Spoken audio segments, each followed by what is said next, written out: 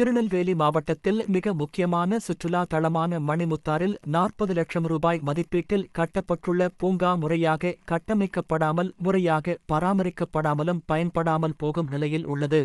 சுற்றுலா தளத்தை மேம்படுத்த வனத்துறையும் பொதுப்பணித்துறையும் உரிய நடவடிக்கைகளை எடுக்கவில்லை என்று சுற்றுலா பயணிகள் குற்றம் சாட்டியுள்ளனர். திருநெல்வேலி மாவட்டத்தில் மிக முக்கியமான சுற்றுலா தலங்களில் ஒன்று மணிமுத்தாறு. தென் மாவட்டங்களில் மிக முக்கியமான மிகப்பெரிய அணையை கொண்ட மணிமுத்தாறு அணை மற்றும் அதனை சார்ந்த பூங்கா பகுதிகளில் என்று பராமரிக்கப்படாமல் மிக மோசமாக பாழடைந்து கிடக்கிறது. இந்த நிலையில்தான் அணையின் முன்பகுதியில் சுமார் 40 லட்சம் மதிப்பீட்டில் பூங்கா ஒன்று கடந்த சில வருடங்களுக்கு முன்பு கட்டமைக்கப்பட்டது. ஆனால் அந்த பூங்காவும் முறையாக கட்டமைக்கப்படாமல் ஏனோதானோ என்று கட்டமைக்கப்பட்டு பயன்படுத்த முடியாத அளவிற்கு மோசமாக உள்ளதாக சுற்றுலா பயணிகள் வேதனை தெரிவித்துள்ளனர்.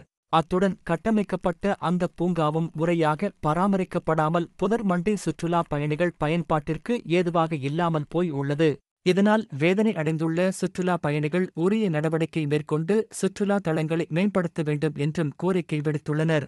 வனத்துறையின் சார்பில் மணிமுத்தாறு அணையில் படகு மற்றும் சூழல் சுற்றுலா என்று பல்வேறு திட்டங்கள் செயல்படுத்தப்பட்டாலும் அவை தொடங்கப்பட்டு சில நாட்களிலேயே மூடுவிழா நடத்தப்படும் சூழல் தொடர்ந்து நிலவிக் கொண்டிருக்கிறது. வனத்துறையும் இதர சுற்றுலா துறையும் சுற்றுலா பயணிகளின் நலனுக்காக எந்த நடவடிக்கையும் எடுக்கவில்லை என்றும் குற்றச்சாட்டு எழுந்திருக்கிறது. இந்த நிலையில் 40 லட்சம் மதிப்புகள் கட்டப்பட்டுள்ள பூங்காவை சீரமைப்பதுடன் மணிமுத்தாறு அணையின் முன்பகுதியில் உள்ள மிகப்பெரிய உயிரியல் பூங்காவை சீரமைத்து சிறந்த சுற்றுலா தளமாக மாற்ற வேண்டுமென்று சுற்றுலா பயணிகளும் மணிமுத்தாறு சுற்றுவட்டார பகுதி மக்களும் கோரிக்கை விடுத்துள்ளனர்.